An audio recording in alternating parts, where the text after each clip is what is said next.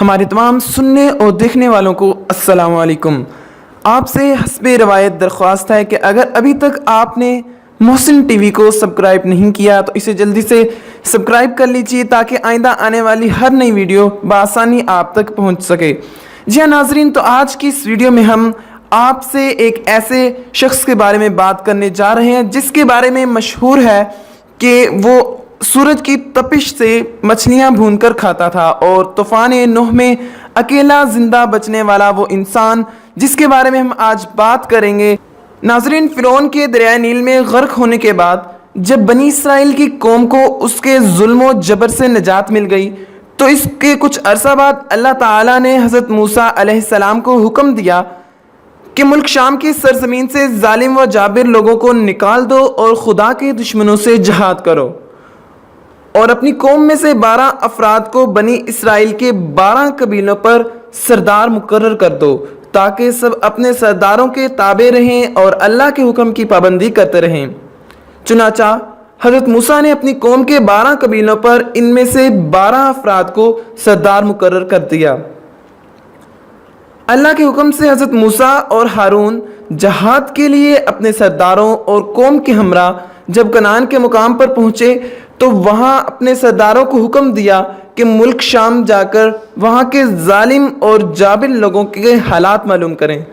جب یہ لوگ وہاں پہنچے تو وہاں کے حالات معلوم کیے تو انہوں نے وہاں ایک بہت ہی قد و قامت والا انسان دیکھا جس کا نام اوج بن انک تھا۔ جی ہاں ناظرین، یہ شخص حضرت آدم کے زمانے سے لے کر حضرت موسیٰ کے زمانے تک زندہ رہا۔ ناظرین، اس شخص کے بارے میں مشہور تھا کہ اس کا قد 30,330 گز لمبا اور اس کی عمر 3,500 سال تھی۔ اس کی ماں کا نام صفورہ اور باپ کا نام انک تھا۔ طوفان نوح سے یہی شخص بچا اور اپنے دراز قد کی وجہ سے یہ شخص سمندر کے پانی میں بھی ڈوب نہیں سکتا تھا، اور اس کے بارے میں مشہور ہے کہ اس سمندر کی تہہ سے مچھلیاں پکڑ کر اپنی لمبائی کے سبب اسے سورج کی تپش سے بھون کر کھاتا تھا۔ اس کے بعد ناظرین، اوج بن انک نے جب ان سرداروں کو دیکھا تو ان سے دریافت کیا کہ تم کہاں سے آئے ہو اور کہاں جاؤ گے؟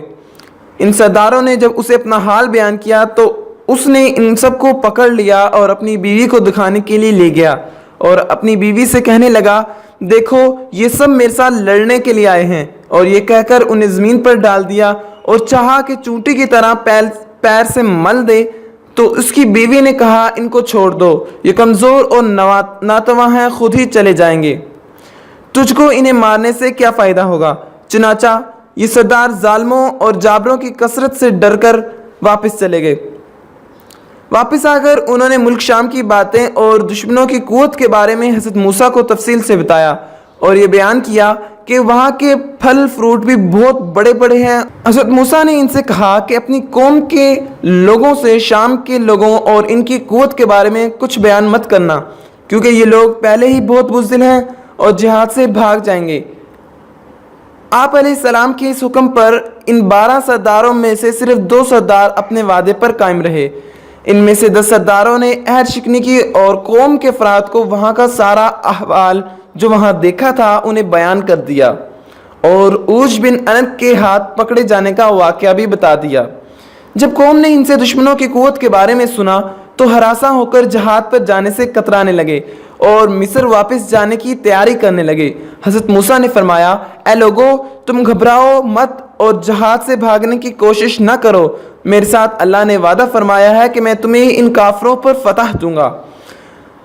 تو قوم نے حضرت موسیٰ سے کہا کہ وہاں پر تو ایک شخص بہت قد و قامت والا ہے اور وہ بڑا ہی زبردست ہے، ہم ہرگز وہاں نہ جائیں گے اور جب تک وہ شخص وہاں موجود ہے۔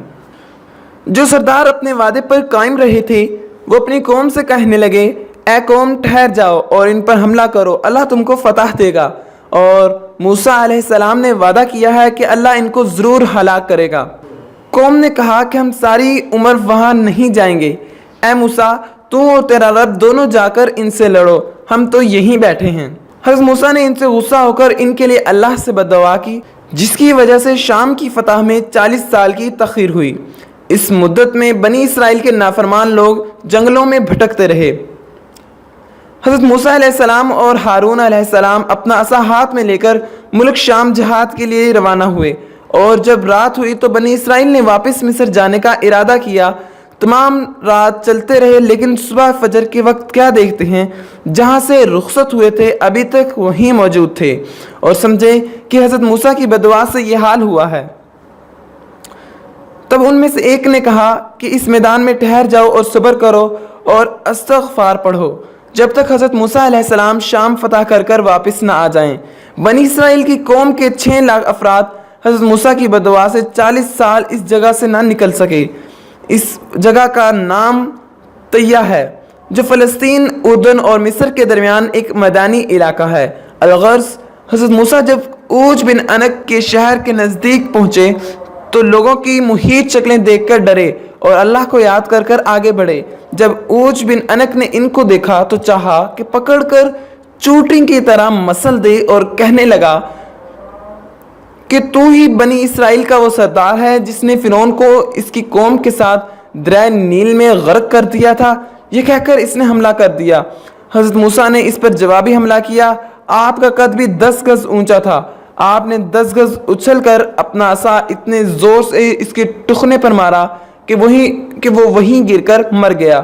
کہتے ہیں کہ اس کی لاش 40 سال تک وہیں زمین پر پڑی رہی، اور اس عرصہ میں اس کا جسم، گوشت اور سب کچھ گل سڑ گیا، صرف اس کا ڈھانچہ باقی رہ گیا۔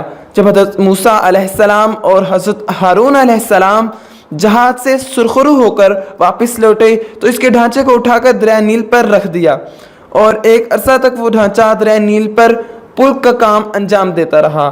ناظرین، یہ واقعہ آپ کو مارج النبوہ اور قصص الانبیاء سے بیان کیا جا رہا تھا۔ مزید تفصیلات کے لیے آپ ان کا مطالعہ کر سکتے ہیں۔ ناظرین، ملتے ہیں مزید کسی ایسے ہی تفریحی اور معلوماتی ویڈیو میں۔ تب تک کے لیے اپنا خیال رکھیے گا۔ خدا حافظ۔